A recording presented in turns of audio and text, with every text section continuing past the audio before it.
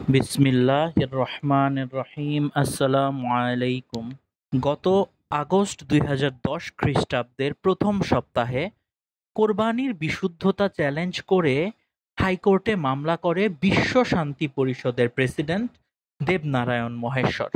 তিনি দাবি করেন যে তাওরাত, জাবুর ও ইনজিল বা বাইবেলের বক্তব্যের আলোকে ইসহাকি জাবিহুল্লাহ ছিলেন। কাজেই ইসমাইলকে জাবিহুল্লাহ বলে যারা প্রচার করেন তারা সকলেই কাফির, জালিম ও ফাসিক। তিনি আইন করে এ বিষয়টিকে সংশোধন করার দাবি করেন। বিষয়টি পর্যালোচনার আগে আমাদের কয়েকটি বিষয় অনুধাবন করা অতীব প্রয়োজন। প্রথমত, আমরা ইসমাইল আলাইহিসসালাম, ইব্রাহিম আলাইহিসসালাম বা অন্য কারো স্মৃতির প্রতি সম্মানার্থে স্মৃতি বা রীতি পালনে কোরবানি করি না। হজ ও কোরবানির ঘটনার সাথে ইব্রাহিম আলাইহিসসালাম ও ইসমাইল আলাইহিসসালামের স্মৃতি বিজড়িত, কিন্তু আমরা তাদের স্মৃতির জন্য এ সকল ইবাদত পালন করি না। আমরা মহান আল্লাহর নির্দেশ পালনের জন্য কোরবানি করি। মহান আল্লাহ বলেছেন, অতএব তুমি তোমার রবের জন্য সালাত আদায় করো এবং কোরবানি করো। সূরা কাউসার আয়াত ২। আমরা রাসূলুল্লাহ সাল্লাল্লাহু আলাইহি ওয়াসাল্লামের সুন্নত অনুসরণে এগুলো পালন করি, কিন্তু এগুলি পালন, অনুমোদন ও বিধিবদ্ধ করেছেন বলেই আমরা তা পালন করি। ইব্রাহিম আলাইহিসসালামের সবচেয়ে প্রসিদ্ধ স্মৃতি বিজড়িত বস্তু মাকামে ইব্রাহিম। কোরআনে মাকামে ইব্রাহিমকে সুস্পষ্ট আয়াত বা মুজিজা ও নিদর্শন বলা হয়েছে, কিন্তু আমরা কেউ মাকামে ইব্রাহিমে চুম্বন করি না, বরং হাজারে আসওয়াদে চুম্বন করি, কারণ রাসূলুল্লাহ সাল্লাল্লাহু আলাইহি ওয়াসাল্লাম এরূপই করেছেন। দ্বিতীয়ত, ইসমাইল ও ইসহাক উভয়ই মহান আল্লাহর প্রিয় নবী। দ্বিতীয়ত, ইসমাইল ও ইসহাক উভয়ই মহান আল্লাহর প্রিয় নবী। এদের উভয়ের প্রতি আমাদের ঈমান, ভক্তি ও ভালোবাসা সমান। ইসহাক জাবিউল্লাহ হলেও আমাদের কোনো সমস্যা নেই, যেমন ইসমাইল জাবিউল্লাহ হলেও আমাদের অসুবিধা নেই। কোরআন হাদিসের নির্দেশনার আলোকে আমরা ইসমাইলকে জাবিহুল্লাহ বলি। ইসহাক আলাইহিসসালামের অবমূল্যায়ন বা অবমর্যাদার জন্য আমরা এরূপ করি না। তৃতীয়ত, বিশ্ব শান্তি পরিষদের প্রেসিডেন্ট কোরবানির এ বিষয় সংশোধনের মধ্যে শান্তির কি দেখলেন তা আমরা বুঝলাম না।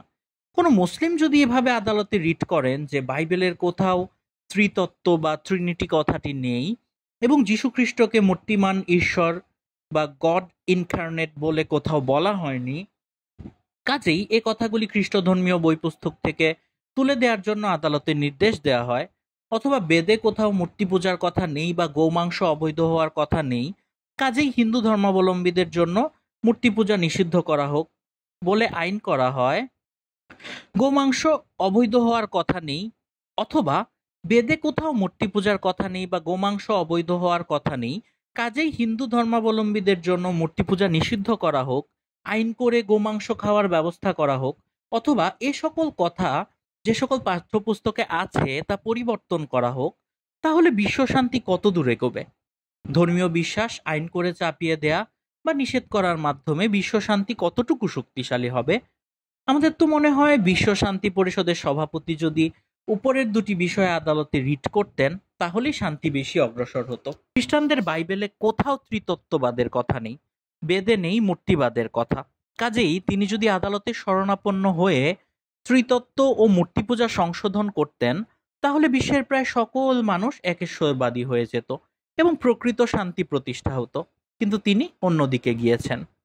এবার আমরা কোরবানির ঘটনা পর্যালোচনা করি। কোরআনে কোরবানির ঘটনায় ইসমাইল আলাইহিসসালামের নাম নেই, তাহলে কি ইসহাকের নাম আছে? ইসহাক আলাইহিসসালামের নাম আছে? যদি নাম না থাকার কারণে ইসমাইল আলাইহিসসালামের নাম বলাতে কাফের, জালেম ও ফাসিক হতে হয়, তাহলে ইসহাক আলাইহিসসালামের নাম বললে কাফির, জালিম ও ফাসিক হবে না কেন?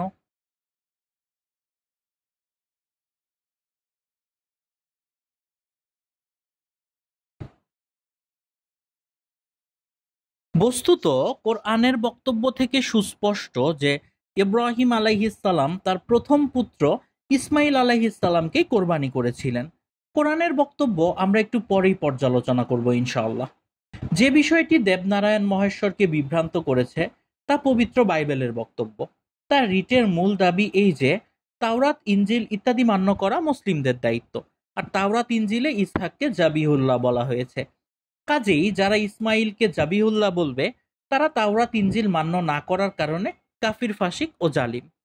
তার দাবি পর্যালোচনার জন্য প্রথমেই তাওরাত ইনজিলের পরিচয় জানার দরকার। তবে আমাদের শ্রোতাদের কৌতূহল মেটাতে প্রথমে আমরা তাওরাত ইনজিল বা বাইবেলের আলোকে এবং কোরআনের আলোকে কোরবানির বিষয়টি আলোচনা করব ইনশাআল্লাহ। এরপর আমরা তাওরাত ইনজিলের পরিচয় জানবো ইনশাআল্লাহ। বাইবেলের আলোকে জাবিহুল্লাহ। ইংরেজি বাইবেল শব্দটি গ্রিক ভাষা থেকে গৃহীত, যার অর্থ পুস্তক। ল্যাটিন ভাষায় এবং ইংরেজিতে পবিত্র পুস্তক অর্থে বাইবেল শব্দটি ব্যবহৃত। পরিভাষাগতভাবে ইহুদি ও খ্রিস্টান ধর্মের ধর্মগ্রন্থগুলির সমষ্টি একত্রে বাইবেল নামে পরিচিত। বাংলাদেশের খ্রিস্টান মিশনারিদের আগমনের পরে বাংলা ভাষায় এ গ্রন্থগুলির অনুবাদ হয় এবং পবিত্র বাইবেল নামেই প্রচারিত হয়। পরবর্তীকালে সরলপ্রাণ মুসলিম জনগোষ্ঠীর মধ্যে কূটকৌশলে ধর্ম প্রসারের উদ্দেশ্যে ইনজিল শরীফ, তাওরাত শরীফ ইত্যাদি নামে এগুলি প্রকাশ করা হয়। এরপর কিতাবুল মুকাদ্দাস নামে পুরো বাইবেল প্রকাশ করা হয়। এতে পবিত্র বাইবেলের বিষয়বস্তু ঠিক রেখে ইসলামী পরিভাষাগুলি ব্যবহার করা হয়েছে। এমনকি মূল বাইবেলের পুস্তকগুলির নাম পর্যন্ত পরিবর্তন করা হয়। যেমন আদি পুস্তক গ্রন্থটির নাম পরিবর্তন করে পয়দায়েশ করা হয়েছে। আমরা আমাদের আলোচনায় বাইবেল, কিতাবুল মুকাদ্দাস, তাওরাত, ইনজিল, জাবুর ইত্যাদির পরিভাষা ব্যবহার করব। এগুলি সবই একই গ্রন্থের বিভিন্ন নাম মাত্র। পরবর্তীতে আমরা এ বিষয়ে বিস্তারিত ব্যাখ্যা করব ইনশাআল্লাহ। অদ্বিতীয় বা একমাত্র পুত্র ইসহাকের কোরবানি। পবিত্র বাইবেলের আদি পুস্তকের 22 অধ্যায়ের বক্তব্য নিম্নরূপ। 1, এই সকল ঘটনার পরে ঈশ্বর আব্রাহামের পরীক্ষা করিলেন।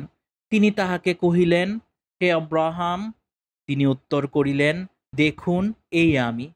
তখন তিনি কহিলেন, তুমি আপন পুত্রকে, তোমার অদ্বিতীয় পুত্রকে, কোনো কোনো আরবি বাইবেলে তোমার প্রথম জাত পুত্রকে, অর্থাৎ যেটার ইংলিশ হচ্ছে থাইন অনলি সান, যাহাকে তুমি ভালোবাসো, সেই ইসহাককে লইয়া মরিয়া দেশে যাও এবং তাহার উপরে তাহাকে হোমার্থে বলিদান করো। পরে আব্রাহাম হস্ত বিস্তার করিয়া আপন পুত্রকে বধ করণার্থে খড়গ গ্রহণ করিলেন। এমন সময়ে আকাশ হইতে সদাপ্রভুর দূত তাহাকে ডাকিলেন, কহিলেন, আব্রাহাম, আব্রাহাম। যুবকের প্রতি তোমার হস্ত বিস্তার করিও না, উহার প্রতি কিছুই করিও না, কেননা এখন আমি বুঝিলাম তুমি ঈশ্বরকে ভয় করো, আমাকে আপনার অদ্বিতীয় পুত্র দিতেও অসম্মত নও। তখন আব্রাহাম চক্ষু তুলিয়া চাহিলেন, আর দেখো, তাহার পশ্চাৎ দিকে একটি মেঘ তাহার শৃঙ্গ ঝোপে বদ্ধ। পরে আব্রাহাম গিয়া সেই মেষটি লইয়া আপন পুত্রের পরিবর্তে হোমার্থ বলিদান করিলেন। পরে সদাপ্রভুর দূত দ্বিতীয়বার আকাশ হইতে আব্রাহামকে ডাকিয়া কহিলেন, সদাপ্রভু বলিতেছেন, তুমি এই কার্য করিলে আমাকে আপনার অদ্বিতীয় পুত্র দিতে অসম্মত হইলে না। এই হেতু আমি আমারই দিব্য করিয়া কহিতেছি, আমি অবশ্য তোমাকে আশীর্বাদ করিব। ইসহাক জন্ম থেকেই দ্বিতীয় পুত্র, অদ্বিতীয় পুত্র ইসমাইল। এভাবে বাইবেলে বারংবার উল্লেখ করা হয়েছে যে ইব্রাহিম আলাইহিসসালাম তার একমাত্র ও অদ্বিতীয় পুত্রকে, কোনো আরবি বাইবেলে তার প্রথম জাত পুত্রকে কোরবানি করতে নিয়ে যান। এখানে আমরা আরো দেখছি যে পুত্রের অদ্বিতীয় হওয়ার বিষয়টির উপর বিশেষ গুরুত্ব দেওয়া হয়েছে এবং এর উপরেই মূল আশীর্বাদের ভিত্তি রাখা হয়েছে। পাশাপাশি একথা উল্লেখ করা হয়েছে যে এ পুত্রটি ছিলেন ইসহাক। যে কোনো বাইবেল পাঠক বুঝবেন যে কথাটি সোনার পাথর বাটি ছাড়া কিছুই নয়, কারণ ইসহাক আলাইহিসসালাম কখনোই ইব্রাহিম আলাইহিসসালামের অদ্বিতীয় পুত্র ছিলেন না। তিনি জন্ম থেকেই ইব্রাহিম আলাইহিসসালামের দ্বিতীয় পুত্র ছিলেন। এ বিষয়ে বাইবেলের বক্তব্য দেখুন। আদিপুস্তকের 16 অধ্যায়ে ইসমাইলের জন্ম বিবরণে বলা হয়েছে, আব্রাহামের স্ত্রী সারি নিঃসন্তানা ছিলেন এবং হাগার নামে তাহার এক মিশরীয় দাসী ছিল। এই রূপের কনান দেশে আব্রাহাম 10 বৎসর বাস করিলে পর আব্রাহামের স্ত্রী সারি আপন দাসী মিশরিয়া হাগারকে লইয়া আপন স্বামী আব্রাহামের সহিত বিবাহ দিলেন। পরে হাগার অব্রাহামের নিমিত্তে পুত্র প্রসব করিল, আর অব্রাহাম হাগারের গর্ভজাত তার সেই পুত্রের নাম ইসমাইল রাখিলেন। অব্রাহামের ৮৬ বৎসর বয়সে হাগার অব্রাহামের নিমিত্তে ইসরায়েলকে প্রসব করিল। এবার ইসহাকের জন্ম বিবরণ দেখুন। আদিপুস্তকের ১৭ অধ্যায়ে বলা হয়েছে, অব্রাহামের ৯৯ বৎসর বয়সে সদাপ্রভু তাহাকে দর্শন দিলেন, আর ঈশ্বর অব্রাহামকে কহিলেন, তুমি তোমার স্ত্রী সারিকে আর সারি বলিয়া ডাকিও না, তাহার নাম সারা হইল। আর আমি তাহাকে আশীর্বাদ করিব এবং তাহা হইতে এক পুত্রও তোমাকে দিব। আমি তাহাকে আশীর্বাদ করিব, তাহাতে সে জাতিগণের আদিমাতা হইবে। অব্রাহাম ঈশ্বরকে কহিলেন, ইসরায়েলি তোমার গোচরে বাঁচিয়া থাকুক। O that Ishmael might live before thee. তখন ঈশ্বর কহিলেন, তোমার স্ত্রী সারা অবশ্য তোমার নিমিত্তে পুত্র প্রসব করিবে, এবং তুমি তাহার নাম ইসহাক রাখিবে। আর আমি তাহার সহিত আমার নিয়ম স্থাপন করিব, তাহা তাহার ভাবী বংশের পক্ষে চিরস্থায়ী নিয়ম হইবে। আর ইসমাইলের বিষয়েও তোমার প্রার্থনা শুনিলাম। দেখো, আমি তাহাকে আশীর্বাদ করিলাম এবং তাহাকে ফলবান করিয়া তাহার অতিশয় বংশবৃদ্ধি করিব। তাহা হইতে দ্বাদশ রাজা উৎপন্ন হইবে ও আমি তাহাকে বড় জাতি করিব। এরপর ২১ অধ্যায়ে বলা হয়েছে, অব্রাহামের ১০০ বৎসর বয়সে তার পুত্র ইসহাকের জন্ম হয়। আর ঈশ্বর ইব্রাহামকে বলিলেন, সারা তোমাকে যাহা বলিতেছে তাহার সেই কথা শোনো, কেননা ইসহাকেই তোমার বংশ আখ্যাত হইবে। এরপর ২৫ অধ্যায়ে বলা হয়েছে, পরে অব্রাহাম বৃদ্ধ ও পূর্ণায়ু হইয়া শুভ বৃদ্ধাবস্থায় প্রাণ ত্যাগ করিয়া আপন লোকদের নিকটে সংগৃহীত হইলেন। আর তাহার পুত্র ইসহাক ও ইসমাইল মর্মির সম্মুখে হেতীয় শহরের পুত্র ইফরনের ক্ষেত্রস্থিত মকপেলা গুহাতে তাহার কবর দিলেন। উপরের বক্তব্যগুলি থেকে আমরা নিশ্চিত হই যে ইব্রাহিমের প্রথম পুত্র ইসমাইল আলাইহিসসালাম। ইসমাইলের বয়স ১৪ বছর হলে দ্বিতীয় পুত্র ইসহাকের জন্ম হয়। ইসমাইলের ১৪ বছর পর্যন্ত দ্বিতীয় পুত্র ছিলেন, আর ইসহাক জন্মের মুহূর্ত থেকেই দ্বিতীয় পুত্র হয়ে জন্মান। ইসহাকের জন্মের পূর্বে ইসমাইল ইব্রাহিমের প্রিয়তম পুত্র ছিলেন, তার জন্য তিনি হৃদয় দিয়ে দোয়া করতেন। ইসমাইলকে দূর বনবাসে পাঠালেও ইব্রাহিমের সাথে তার সম্পর্ক ছিন্ন হয়নি। তার বড় প্রমাণ যে পিতার মৃত্যুর সময়ে তিনি উপস্থিত ছিলেন এবং ছোট ভাই ইসহাকের সাথে একত্রে তাকে দাফন করেন। প্রচলিত বাইবেলের মধ্যে অগণিত বিকৃতি বিদ্যমান। এ থেকে আমরা বুঝতে পারছি যে এখানে কিছু ভুল আছে। হয় অদ্বিতীয় কথাটি ভুল অথবা ইসহাক কথাটি ভুল। কোনটি ভুল সেটি নির্ধারণ করার আগে আসুন আমরা বাইবেলের এ বিষয়ক সামান্য কয়েকটি দৃষ্টান্ত আলোচনা করি, যেগুলির আলোকে আমরা সুনির্দিষ্টভাবে জানতে পারবো যে প্রচলিত বাইবেল কখনোই আক্ষরিকভাবে ঐশ্বরিক বাণী নয় এবং বাইবেলের আক্ষরিক বক্তব্যের উপর নির্ভর করে সত্য নির্ণয় সম্ভব নয়। পিতাকে দাদা বানিয়ে দেয়া। লুক যিশুর বংশ তালিকা প্রসঙ্গে লিখেছেন, ইনি শেলহের পুত্র, ইনি কৈননের পুত্র, ইনি অরফক্সদের পুত্র। লুক ৩:৩৬। অথচ পুরাতন নিয়মে বা তাওরাতে বারংবার উল্লেখ করা হয়েছে যে শেলহ নিজেই অরফক্সদের পুত্র ছিলেন। তিনি অরফক্সদের পৌত্র ছিলেন না। আদিপুস্তকের ১০:২৪ আর অরফক্সদ শেলহের জন্ম দিলেন। এটি আদিপুস্তকের ১০:২৪-এ বলা হয়েছে। আদিপুস্তকের ১:১২-১৩-তে বলা হয়েছে অরফক্সদ ৩৫ বছর বয়সে শেলহের জন্ম দিলেন। বংশাবলী ১:১৮-তেও এ কথা সুস্পষ্টভাবে উল্লেখ করা হয়েছে। কোথাও অরফক্সদ ও শেলহের মধ্যে কৈননের নাম উল্লেখ করা হয়নি। তাহলে দেখুন, বাইবেলের সুপরিচিত দুজন ব্যক্তিত্ব, পিতা ও পুত্র, তাদের মধ্যে একটি নাম বৃদ্ধি করে পুত্রকে পৌত্র বানিয়ে দেয়া বাইবেল লেখকদের জন্য কোনো ব্যাপারই নয়।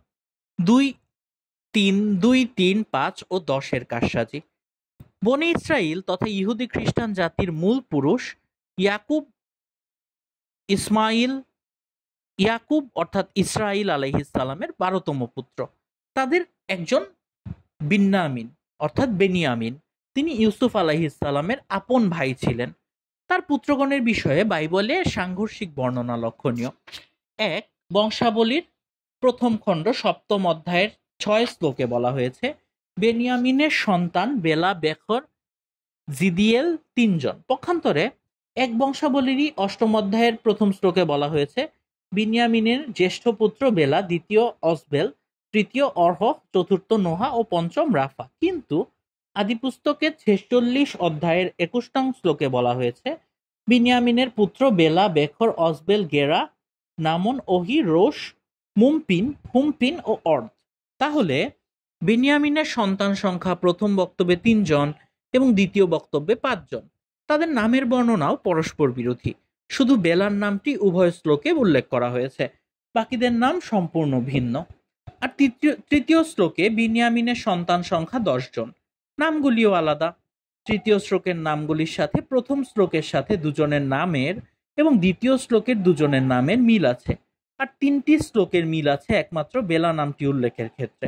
আমরা সন্দেহাতীতভাবে বুঝতে পারছি যে সবগুলি তথ্য অথবা অন্তত 2টি তথ্য ভুল। মাত্র 3 লক্ষের হেরফের। দায়ুখের নির্দেশে তার সেনাপতি সোয়াব লোক সংখ্যা গণনা করেন। এ বিষয়ে শমূয়েলের দ্বিতীয় পুস্তকের 24 অধ্যায়ের 9ম শ্লোকটি নিম্নরূপ: পরে জোয়াব গণিত লোকদের সংখ্যা রাজার কাছে দিলেন, অর্থাৎ তার গণনা করা লোকদের সংখ্যা রাজার কাছে দিলেন। ইসরায়েলের খড়গধারী 8 লক্ষ বলবান লোক ছিল, আর জিহুদার 5 লক্ষ লোক ছিল। অপরদিকে বংশাবলীর প্রথম খণ্ডের 21 অধ্যায়ের 5ম শ্লোক নিম্নরূপ: আর জোয়াব গণিত লোকদের সংখ্যা দায়ুদের কাছে দিলেন। সমস্ত ইসরায়েলের 11 লক্ষ খড়গধারী লোক ও জিহুদার 4,70,000 খড়গধারী লোক ছিল।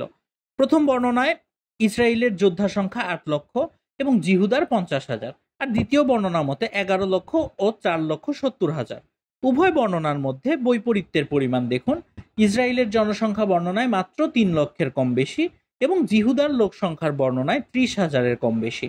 ওইরূপ বৈপরীত্য ও সাংঘর্ষিক বর্ণনা বাইবেলের মধ্যে হাজার হাজার, যেগুলি সন্দেহাতীতভাবে প্রমাণ করে যে বাইবেলের মধ্যে শুধু শব্দ নয়, বাক্য, শ্লোক, অধ্যায় ইত্যাদি অবলীলায় সংযোজন, বিয়োজন ও পরিবর্তন করা হয়েছে।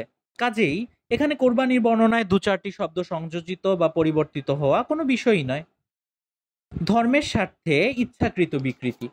এখন প্রশ্ন হলো, কোনটি সংযোজিত, অদ্বিতীয় বিশেষণটি না ইসহাক বিশেষণটি? বাইবেলের ইতিহাস বিবর্তন ও বর্তমান বাইবেলের বক্তব্য নিরীক্ষার মাধ্যমে আমরা নিশ্চিত হতে পারি যে এখানে ইসহাক নামটি সংযোজন করা হয়েছে, কারণ ইসমাইল ছিলেন ইব্রাহিমের প্রথমজাত, একমাত্র এবং অদ্বিতীয় পুত্র। কাজেই তিনি কোরবানি করতে নিয়েছিলেন। কিন্তু ইসমাইল আরব জাতির পিতা, পক্ষান্তরে ইসহাক ইহুদি জাতির পিতা। এজন্য ইহুদিগণ এখানে ইসমাইলের নামের পরিবর্তে ইসহাকের নাম সংযোজন করেন। প্রাচীনকাল থেকে ইহুদিগণ এবং এরপর খ্রিস্টানগণ নিজেদের মানসিকতার বিপরীত অনেক বিষয় বাইবেল থেকে মুছে দিয়েছেন, অথবা নিজেদের মতো প্রতিষ্ঠার জন্য অনেক বিষয় সংযোজন করেছেন। সামান্য কয়েকটি নমুনা দেখুন। খ্রিস্টানদের বিরুদ্ধে ইহুদিদের বিকৃতি। বাইবেলের নতুন নিয়মের লেখকগণ বিভিন্ন সময়ে দাবি করেছেন যে পুরাতন নিয়মে যিশুর বিষয়ে কিছু ভবিষ্যৎবাণী বিদ্যমান, কিন্তু বর্তমান বাইবেলে সে কথাগুলি নেই।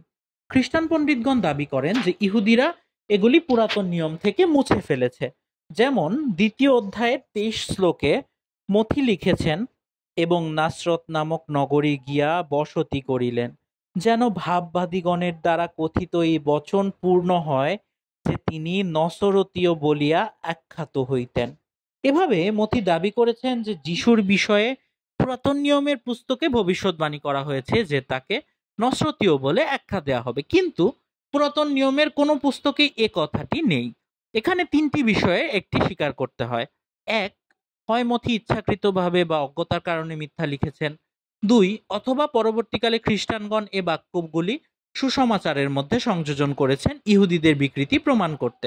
অথবা 3, ইহুদিগণ তাদের ভাববাদীগণের পুস্তক থেকে এ কথাগুলি মুছে দিয়েছেন খ্রিস্টানদেরও বিভ্রান্ত প্রমাণ করতে।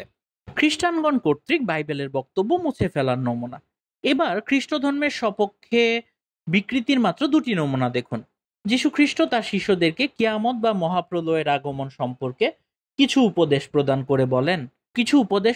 করেন বলে মথি, মার্ক ও লুক উল্লেখ করেছে।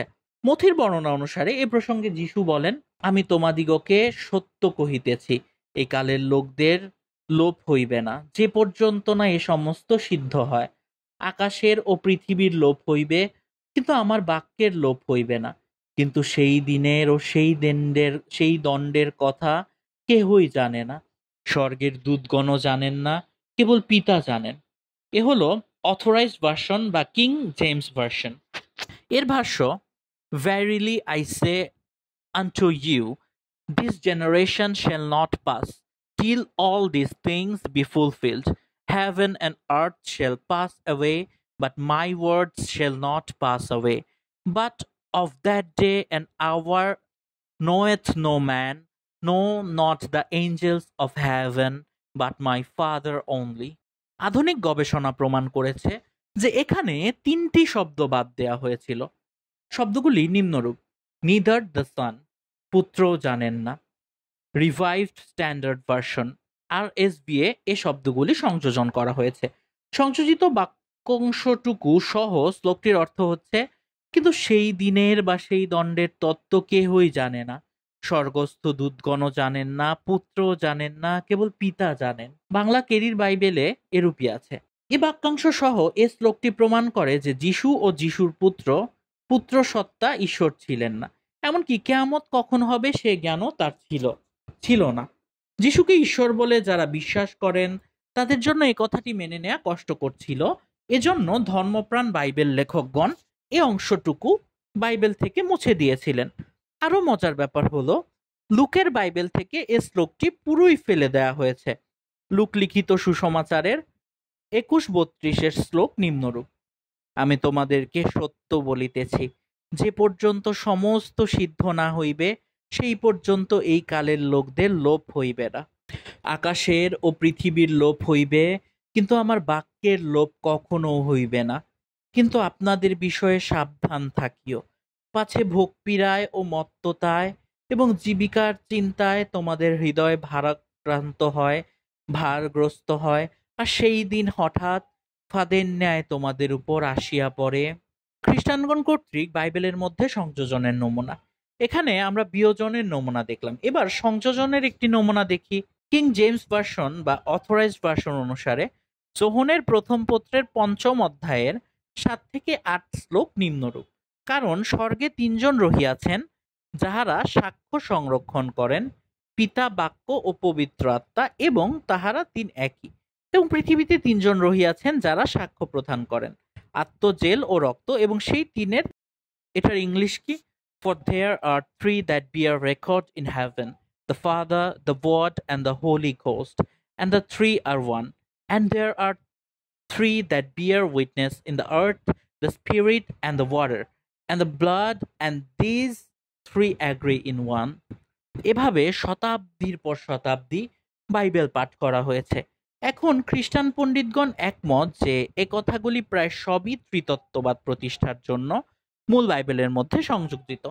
এখানে মূল কথা ছিল 3 জন সাক্ষী রয়েছেন, আত্মা, জল ও রক্ত, এবং 3 জনের সাক্ষ্য একই। ত্রিতত্ত্ববাদ প্রতিষ্ঠার জন্য ধার্মিক বাইবেল লেখকগণ উপরের অতিরিক্ত কথাগুলি সংযোজন করেন। বাইবেলের কোথাও ত্রিতত্ত্ববাদের কথা নেই। এখানে যেহেতু আত্মা, জল ও রক্ত 3 জিনিসের কথা রয়েছে, এখানে পিতা, পুত্র ও পবিত্র এ 3টি যোগ করে ত্রিতত্ত্ববাদ প্রমাণের ব্যবস্থা করা প্রাসঙ্গিক হবে বলে মনে করেছেন তারা। রিভাইভ স্ট্যান্ডার্ড ভার্সনের ভাষ্য নিম্নরূপ: There are 3 witnesses, the Spirit, the water, and blood, and these 3 agree.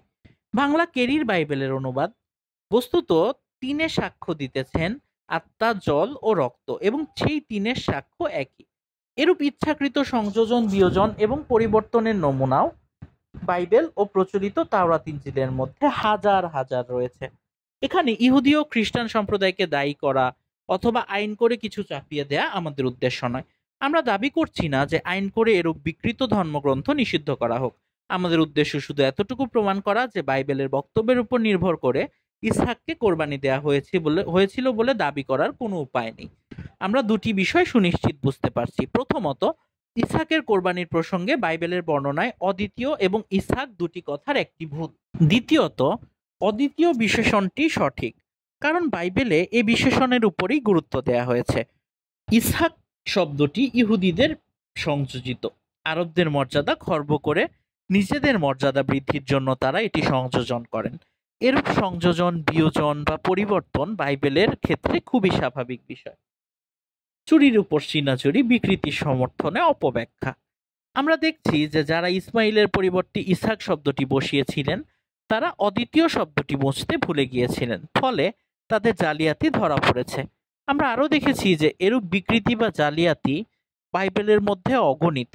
এ সকল বিকৃতি যখন ইহুদি খ্রিস্টান পণ্ডিতদের চোখে আঙ্গুল দিয়ে দেখিয়ে দেয়া হয় তখন তারা দিশেহারা হয়ে বিভিন্ন অজুহাত দেখাতে চেষ্টা করেন, যেগুলি পাগলের প্রলাপের মতোই। এমন কিছু প্রলাপ তারা বকেছেন। এ স্থানে দিশেহারা ইহুদি খ্রিস্টান পণ্ডিতগণ বলেন, যেহেতু ইসমাইলের মাতা দাসী ছিলেন সেহেতু তিনি ইব্রাহিমের অবৈধ সন্তান ছিলেন। নাউজুবিল্লাহ, নাউজুবিল্লাহ। এজন্য তাকে বাদ দিয়ে ইসহাককে অদ্বিতীয় বলে উল্লেখ করা হয়েছে। প্রতারণা ও বর্ণবাদী মানসিকতার নমুনা দেখুন। এখানে কয়েকটি বিষয় লক্ষণীয়। নবী পরিবার ঈশ্বরের খ্রিস্ট ও পুত্রের নামে ব্যভিচারের অপবাদ। সন্তানকে অবৈধ বলার অর্থ তার পিতাকে ব্যভিচারী বলা। কাজেই ইসমাইল আলাইহিসসালামকে অবৈধ সন্তান বলে দাবি করার অর্থ ইব্রাহিম আলাইহিসসালামকে ব্যভিচারী বলে দাবি করা। নাউজুবিল্লাহ। অবশ্য ইহুদি খ্রিস্টানগণ এ বিষয়ে খুবই পারঙ্গম। নিজেদের মতবাদ প্রতিষ্ঠার জন্য নবী রাসূলকেও ব্যভিচারী বলতে তাদের মোটেও আটকায় না। পবিত্র বাইবেল বা তথাকথিত তাওরাত শরীফ, জাবুর শরীফ ও ইনজিল শরীফ এবং কিতাবুল মুকাদ্দাস নামে প্রচলিত এ ঢাওস গ্রন্থের মধ্যে নবীগণের এবং নবী পরিবারের ব্যভিচার ও অজাচারের অনেক মিথ্যা গল্প বিদ্যমান, যেগুলো একমাত্র অশ্লীল ধর্মগ্রন্থেই থাকে। পাঠক কায়মনোবাক্যে অনবরত নাউজুবিল্লাহ, নাউজুবিল্লাহ পড়তে থাকুন এবং পবিত্র বাইবেল, তথাকথিত পবিত্র বাইবেল বা জাল তাওরাত শরীফ ও ইনজিল শরীফের মধ্যে বিদ্যমান অনেক অপবিত্র, অশ্লীল ও মিথ্যা কাহিনীর মধ্যে থেকে কয়েকটি কাহিনী পাঠ করুন। পাঠক এ সকল কাহিনী বলতে বা লিখতে গেলে ঘৃণায় বমি ভাব আসে আমাদের, কিন্তু ইহুদি খ্রিস্টানদের জালিয়াতি প্রকাশের জন্য কিছু বলতে বাধ্য হচ্ছি আমরা। নবীর সাথে তার কন্যাগণের ব্যভিচার। পবিত্র বাইবেলের, তথাকথিত পবিত্র বাইবেলের একটি অপবিত্র কাহিনীতে বলা হয়েছে, রাতের পর রাত লূত নবীর দুই কন্যা তাদের পিতাকে মদ পান করিয়ে মাতাল বানিয়ে তার সাথে ব্যভিচারে লিপ্ত হয়। সে ব্যভিচার থেকে তারা গর্ভবতী হয়। নাউজুবিল্লাহ। বিস্তারিত যদি জানতে চান দেখুন আদি পুস্তকে 19-33 থেকে 38। এই মিথ্যা জানতে হলে ওইটা পড়তে পারেন, নবীদের নামে এই মিথ্যা রটনা। বাইবেলের ঈশ্বর এরূপ জঘন্য অত্যাচারের জন্য মোটেও রাগ করেননি, আপত্তিও করেননি, বরং ব্যভিচারজাত সন্তানদেরকে একটু বেশিই ভালোবেসেছেন। বাইবেলের ঈশ্বর ইহুদি খ্রিস্টানদেরকে ফিলিস্তিনের সকল মানুষকে নির্মমভাবে গণহত্যা করার নির্দেশ দিয়েছেন, শুধু ব্যভিচারজাত সন্তানদের বংশধরদেরকে ভালোবেসে তাদের সুরক্ষার নির্দেশ দিয়েছেন। চিন্তা করুন তো ভণ্ডামি কত বড় হতে পারে। তাদের আরেকটি কাহিনী নবী পত্নীর সাথে নবী পুত্রের ব্যভিচারের একটি নোংরা কাহিনী, মিথ্যা কাহিনী। ইহুদি খ্রিস্টানদের মূল পুরুষ হযরত ইয়াকুব আলাইহিসসালাম, তার অন্য নাম ইসরাইল, আর তার থেকেই বনি ইসরাইল বা ইসরাইলের সন্তানগণ। পবিত্র বাইবেলের একটি অপবিত্র কাহিনীতে বলা হয়েছে যে ইয়াকুবের বড় ছেলে রুবেন তার সৎ মায়ের অর্থাৎ বিলহা যার নাম ছিল সেই সৎ মায়ের সাথে ব্যভিচারে লিপ্ত হয়। যদিও পবিত্র বাইবেলে বারংবার বলা হয়েছে যে ব্যভিচারীকে পাথর নিক্ষেপ করে হত্যা করতে হবে, কিন্তু নবীপুত্রের এ জঘন্য অজাচারের জন্য বাইবেলীয় ঈশ্বর কোনো শাস্তি প্রদান করেননি। নাউজুবিল্লাহ। আরেকটি কাহিনী পুত্রবধূর সাথে নবীপুত্রের ব্যভিচার। হযরত ইয়াকুব আলাইহিসসালাম বা ইসরাইল আলাইহিসসালামের আরেক পুত্র ইহুদা বা জিহুদা, যার নামেই মূলত ইহুদি জাতির পরিচয়, পবিত্র বাইবেলের আরেকটি অবধিপত্র কাহিনীতেও বলা হয়েছে, আরেকটি অপবিত্র কাহিনীতে বলা হয়েছে যে নবীপুত্র জিহুদা তার আপন পুত্রবধূর সাথে ব্যভিচারে লিপ্ত হন। সেই ব্যভিচারের ফলে উক্ত পুত্রবধূ গর্ভধারণ করেন এবং পের্স ও সের নামে দুটি যমজ জারজ সন্তান প্রসব করেন। নাউজুবিল্লাহ, নাউজুবিল্লাহ। বিস্তারিত যদি দেখতে চান দেখুন আদি পুস্তকের 38, 15 থেকে 18 এবং 27 থেকে 30। সবচেয়ে মজার ব্যাপার হলো ইহুদি খ্রিস্টানদের প্রাণ পুরুষ ও সকল গৌরবের উৎস দাউদ আলাইহিসসালাম, সুলাইমান আলাইহিসসালাম ও যীশু খ্রিস্ট এ জারদ সন্তান পেরেসের বংশধর। বিস্তারিত দেখুন মথি লিখিত সুসমাচারের 1-1-13। ঈশ্বরের জন্ম নেওয়া প্রথমজাত পুত্র ও ঈশ্বরের খ্রিস্ট কর্তৃক প্রতিবেশীর স্ত্রীকে ধর্ষণ। ইহুদি খ্রিস্টানদের প্রাণ পুরুষ দাউদ আলাইহিসসালাম। দাউদ আলাইহিসসালামই তাদের শ্রেষ্ঠ গৌরব। দাউদের বংশধর হওয়া যীশু খ্রিস্টের শ্রেষ্ঠ গৌরব ও অন্যতম পরিচয়। তার বিষয়ে গীত সংহিতা বা জাবুর এর 2:27 সান দিস ডে গৌরব শ্লোকে বলা হয়েছে, The Lord hath said unto me, Thou art my son, this day have I begotten thee. সদাপ্রভু আমাকে কহিলেন, তুমি আমার পুত্র, অদ্য আমি তোমাকে জন্ম দিয়েছি। গীত সহিংসতার 89 গীতে বলা হয়েছে, আমি আমার দাস দাউদকেই পাইয়াছি, আমার পবিত্র তেলে তাহাকে অভিষিক্ত করিয়াছি। With my holy oil I have anointed him. সে আমাকে ডাকিয়া বলিবে, তুমি আমার পিতা, আমার ঈশ্বর। Thou art my father, my God. আবার আমি তোমাকে প্রথমজাত, my first son করিব। এভাবে দাউদকে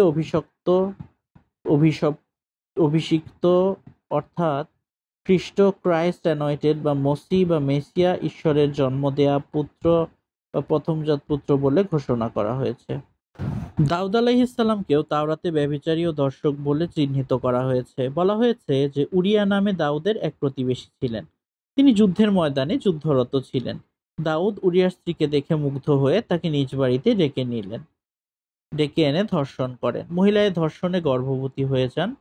দাউদ সেনাপতিকে চিঠি লিখে কৌশলে উরিয়াকে হত্যা করান এবং উক্ত মহিলাকে বিবাহ করেন।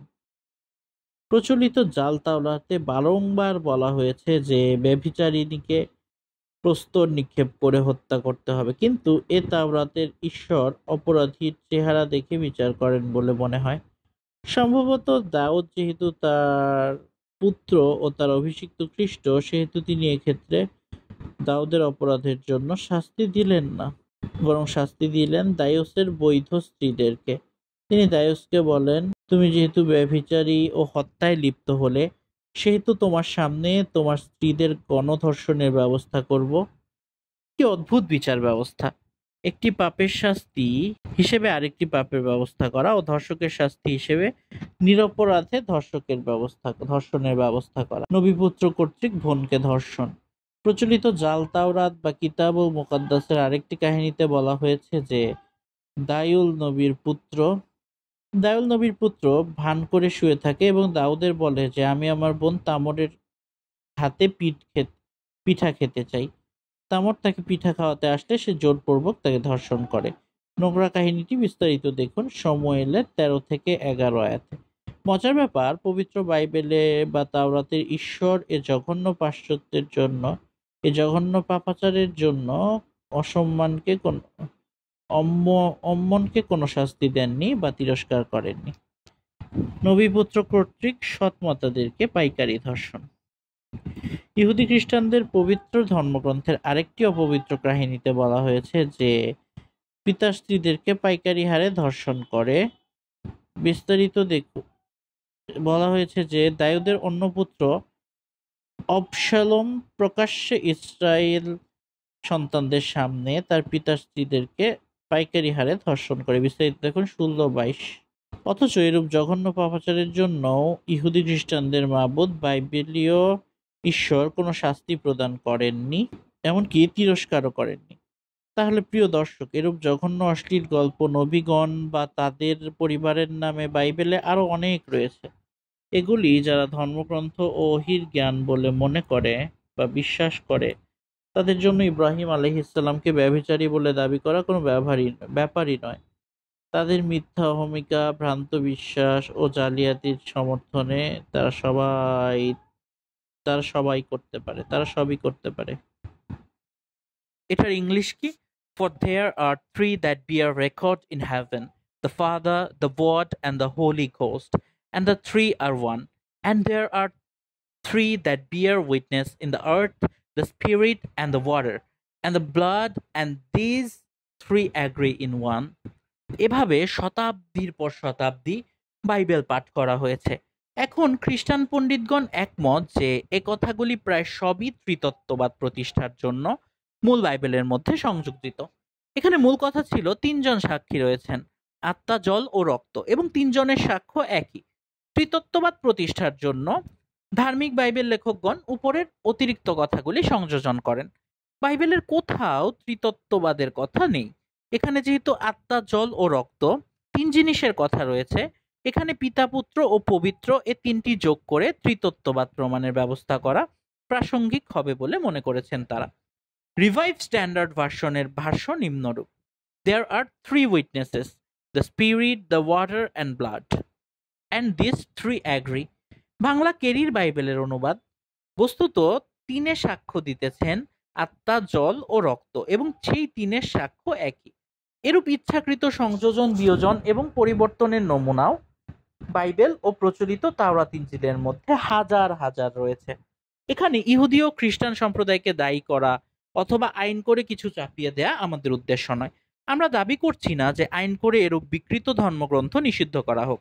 আমাদের উদ্দেশ্য শুধু এতটুকু প্রমাণ করা যে বাইবেলের বক্তব্যের উপর নির্ভর করে ইসহাককে কোরবানি দেয়া হয়েছিল বলে দাবি করার কোনো উপায় নেই।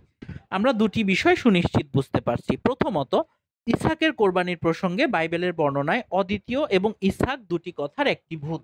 দ্বিতীয়ত, অদ্বিতীয় বিশেষণটি সঠিক, কারণ বাইবেলে এ বিশেষণের উপরই গুরুত্ব দেয়া হয়েছে। ইসহাক শব্দটি ইহুদিদের সংযোজিত। আরবদের মর্যাদা খর্ব করে নিজেদের মর্যাদা বৃদ্ধির জন্য তারা এটি সংযোজন করেন। এরূপ সংযোজন, বিয়োজন বা পরিবর্তন বাইবেলের ক্ষেত্রে খুবই স্বাভাবিক বিষয়। চুরির উপর সিনাচুরি বিকৃতির সমর্থনে অপব্যাখ্যা। আমরা দেখছি যে যারা ইসমাইলের পরিবর্তে ইসহাক শব্দটি বসিয়েছিলেন তারা অদ্বিতীয় শব্দটি মুছতে ভুলে গিয়েছিলেন, ফলে তাদের জালিয়াতি ধরা পড়েছে। আমরা আরো দেখেছি যে এরূপ বিকৃতি বা জালিয়াতি বাইবেলের মধ্যে অগণিত। এ সকল বিকৃতি যখন ইহুদি খ্রিস্টান পণ্ডিতদের চোখে আঙ্গুল দিয়ে দেখিয়ে দেয়া হয়, তখন তারা দিশেহারা হয়ে বিভিন্ন অজুহাত দেখাতে চেষ্টা করেন, যেগুলি পাগলের প্রলাপের মতোই। এমন কিছু প্রলাপ তারা বকেছেন। এ স্থানে দিশেহারা ইহুদি খ্রিস্টান পণ্ডিতগণ বলেন, যেহেতু ইসমাইলের মাতা দাসী ছিলেন সেহেতু তিনি ইব্রাহিমের অবৈধ সন্তান ছিলেন। নাউজুবিল্লাহ, নাউজুবিল্লাহ। এজন্য তাকে বাদ দিয়ে ইসহাককেই অদ্বিতীয় বলে উল্লেখ করা হয়েছে। প্রতারণা ও বর্ণবাদী মানসিকতার নমুনা দেখুন। এখানে কয়েকটি বিষয় লক্ষণীয়। নবী পরিবার ঈশ্বরের খ্রিস্ট ও পুত্রের নামে ব্যভিচারের অপবাদ। সন্তানকে অবৈধ বলার অর্থ তার পিতাকে ব্যভিচারী বলা। কাজেই ইসমাইল আলাইহিসসালামকে অবৈধ সন্তান বলে দাবি করার অর্থ ইব্রাহিম আলাইহিসসালামকে ব্যভিচারী বলে দাবি করা। নাউজুবিল্লাহ। অবশ্য ইহুদি খ্রিস্টানগণ এ বিষয়ে খুবই পারঙ্গম। নিজেদের মতবাদ প্রতিষ্ঠার জন্য নবী রাসূলকেও ব্যভিচারী বলতে তাদের মোটেও আটকায় না। পবিত্র বাইবেল বা তথাকথিত তাওরাত শরীফ, জাবুর শরীফ ও ইনজিল শরীফ এবং কিতাবুল মুকাদ্দাস নামে প্রচলিত এ ঢাওস গ্রন্থের মধ্যে নবীগণের এবং নবী পরিবারের ব্যভিচার ও অজাচারের অনেক মিথ্যা গল্প বিদ্যমান, যেগুলো একমাত্র অশ্লীল ধর্মগ্রন্থেই থাকে। পাঠক কায়মনোবাক্যে অনবরত নাউজুবিল্লাহ, নাউজুবিল্লাহ পড়তে থাকুন এবং পবিত্র বাইবেল, তথাকথিত পবিত্র বাইবেল বা জাল তাওরাত শরীফ ও ইনজিল শরীফের মধ্যে বিদ্যমান অনেক অপবিত্র, অশ্লীল ও মিথ্যা কাহিনীর মধ্যে থেকে কয়েকটি কাহিনী পাঠ করুন। পাঠক এ সকল কাহিনী বলতে বা লিখতে গেলে ঘৃণায় বমি ভাব আসে আমাদের, কিন্তু ইহুদি খ্রিস্টানদের জালিয়াতি প্রকাশের জন্য কিছু বলতে বাধ্য হচ্ছি আমরা। নবীর সাথে তার কন্যাগণের ব্যভিচার। পবিত্র বাইবেলের, তথাকথিত পবিত্র বাইবেলের একটি অপবিত্র কাহিনীতে বলা হয়েছে, রাতের পর রাত লূত নবীর দুই কন্যা তাদের পিতাকে মদ পান করিয়ে মাতাল বানিয়ে তার সাথে ব্যভিচারে লিপ্ত হয়। সে ব্যভিচার থেকে তারা গর্ভবতী হয়। নাউজুবিল্লাহ। বিস্তারিত যদি জানতে চান দেখুন আদি পুস্তকে 19-33 থেকে 38। এই মিথ্যা জানতে হলে ওইটা পড়তে পারেন, নবীদের নামে এই মিথ্যা রটনা। বাইবেলের ঈশ্বর এরূপ জঘন্য অত্যাচারের জন্য মোটেও রাগ করেননি, আপত্তিও করেননি, বরং ব্যভিচারজাত সন্তানদেরকে একটু বেশিই ভালোবেসেছেন। বাইবেলের ঈশ্বর ইহুদি খ্রিস্টানদেরকে ফিলিস্তিনের সকল মানুষকে নির্মমভাবে গণহত্যা করার নির্দেশ দিয়েছেন, শুধু ব্যভিচারজাত সন্তানদের বংশধরদেরকে ভালোবেসে তাদের সুরক্ষার নির্দেশ দিয়েছেন। চিন্তা করুন তো ভণ্ডামি কত বড় হতে পারে। তাদের আরেকটি কাহিনী নবীপত্নীর সাথে নবীপুত্রের ব্যভিচারের একটি নোংরা কাহিনী, মিথ্যা কাহিনী।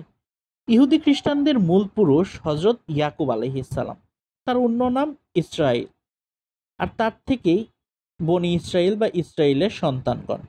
পবিত্র বাইবেলের একটি অপবিত্র কাহিনীতে বলা হয়েছে যে ইয়াকুবের বড় ছেলে রুবেন তার সৎ মায়ের অর্থাৎ বিলহা, যার নাম ছিল, সেই সৎ মায়ের সাথে ব্যভিচারে লিপ্ত হয়। যদিও পবিত্র বাইবেলে বারংবার বলা হয়েছে যে ব্যভিচারীকে পাথর নিক্ষেপ করে হত্যা করতে হবে, কিন্তু নবীপুত্রের এ জঘন্য অত্যাচারের জন্য বাইবেলীয় ঈশ্বর কোনো শাস্তি প্রদান করেননি। নাউজুবিল্লাহ। আরেকটি কাহিনী পুত্রবধূর সাথে নবীপুত্রের ব্যভিচার।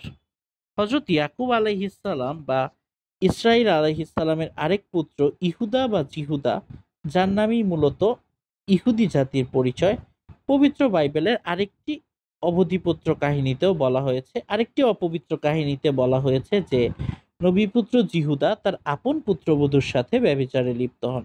সেই ব্যভিচারের ফলে উক্ত পুত্রবধূ গর্ভধারণ করেন এবং পের্স ও সের নামে দুটি যমজ জারজ সন্তান প্রসব করেন। নাউজুবিল্লাহ, নাউজুবিল্লাহ। বিস্তারিত যদি দেখতে চান দেখুন আদি পুস্তকের 38, 15 থেকে 18-তে এবং 27 থেকে 30-এ। সবচেয়ে মজার ব্যাপার হলো ইহুদি খ্রিস্টানদের প্রাণ পুরুষ ও সকল গৌরবের উৎস দাউদ আলাইহিসসালাম, সুলাইমান আলাইহিসসালাম ও যীশু খ্রিস্ট এ জারজ সন্তান পেরেসের বংশধর। বিস্তারিত দেখুন মথি লিখিত সুসমাচারের 1-1-13। ঈশ্বরের জন্ম নেওয়া প্রথমজাত পুত্র ও ঈশ্বরের খ্রিস্ট কর্তৃক প্রতিবেশীর স্ত্রীকে ধর্ষণ। ইহুদি খ্রিস্টানদের প্রাণ পুরুষ দাউদ আলাইহিসসালাম। দাউদ আলাইহিসসালামই তাদের শ্রেষ্ঠ গৌরব। দাউদের বংশধর হওয়া যীশু খ্রিস্টের শ্রেষ্ঠ গৌরব ও অন্যতম পরিচয়। তার বিষয়ে গীত সংহিতা বা জাবুর এর 2:27-এ সান দিস ডে গৌরব শ্লোকে বলা হয়েছে, The Lord hath said unto me, Thou art my son, this day have I begotten thee. সদাপ্রভু আমাকে কহিলেন, তুমি আমার পুত্র, অদ্য আমি তোমাকে জন্ম দিয়েছি। গীত সহিংসতার 89 গীতে বলা হয়েছে, আমি আমার দাস দাউদকেই পাইয়াছি, আমার পবিত্র তেলে তাহাকে অভিষিক্ত করিয়াছি। With my holy oil I have anointed him. সে আমাকে ডাকিয়া বলিবে, তুমি আমার পিতা, আমার ঈশ্বর। Thou art my father, my God. আবার আমি তোমাকে প্রথমজাত, my first son করিব। এভাবে দাউদকে অভিষিক্ত অর্থাৎ খ্রিস্ট, ক্রাইস্ট অ্যানয়েন্টেড বা মসি বা মেসিয়া, ঈশ্বরের জন্ম দেয়া পুত্র বা প্রথমজাত পুত্র বলে ঘোষণা করা হয়েছে। দাউদ আলাইহিসসালামকেও তাওরাতে ব্যভিচারী ও দর্শক বলে চিহ্নিত করা হয়েছে। বলা হয়েছে যে উরিয়া নামে দাউদের এক প্রতিবেশী ছিলেন। তিনি যুদ্ধের ময়দানে যুদ্ধরত ছিলেন। দাউদ উরিয়ার স্ত্রীকে দেখে মুগ্ধ হয়ে তাকে নিজ বাড়িতে ডেকে এনে ধর্ষণ করেন। মহিলা এ ধর্ষণে গর্ভবতী হয়ে যান। দাউদ সেনাপতিকে চিঠি লিখে কৌশলে উরিয়াকে হত্যা করান এবং উক্ত মহিলাকে বিবাহ করেন। প্রচলিত জাল তাওরাতে বারংবার বলা হয়েছে যে ব্যভিচারিণীকে প্রস্তর নিক্ষেপ করে হত্যা করতে হবে, কিন্তু এ তাওরাতের ঈশ্বর অপরাধীর চেহারা দেখে বিচার করেন বলে মনে হয়। সম্ভবত দাউদ যেহেতু তার পুত্র ও তার অভিষিক্ত খ্রিস্ট, সেহেতু তিনি এক্ষেত্রে দাউদের অপরাধের জন্য শাস্তি দিলেন না, বরং শাস্তি দিলেন দায়ুসের বৈধ স্ত্রীদেরকে। তিনি দায়ুসকে বলেন, তুমি যেহেতু ব্যভিচারী ও হত্যায় লিপ্ত হলে, সেহেতু তোমার সামনে তোমার স্ত্রীদের গণধর্ষণের ব্যবস্থা করব। কি অদ্ভুত বিচার ব্যবস্থা! একটি পাপের শাস্তি হিসেবে আরেকটি পাপের ব্যবস্থা করা ও ধর্ষকের শাস্তি হিসেবে নিরপরাধে ধর্ষণের ব্যবস্থা করা। নবীপুত্র কর্তৃক বোনকে ধর্ষণ। প্রচলিত জাল তাওরাত বা কিতাবুল মুকাদ্দাসের আরেকটি কাহিনীতে বলা হয়েছে যে দায়ুল নবীর পুত্র ভান করে শুয়ে থাকে এবং দাউদের বলে যে আমি আমার বোন তামরের হাতে পিঠা খেতে চাই। তামর তাকে পিঠা খাওয়াতে আসলে সে জোরপূর্বক তাকে ধর্ষণ করে। নোংরা কাহিনীটি বিস্তারিত দেখুন সমুয়েলের 13 থেকে 11 আয়াতে। মজার ব্যাপার, পবিত্র বাইবেলে বা তাওরাতের ঈশ্বর এ জঘন্য পাপাচারের জন্য অম্মনকে কোনো শাস্তি দেননি বা তিরস্কার করেননি।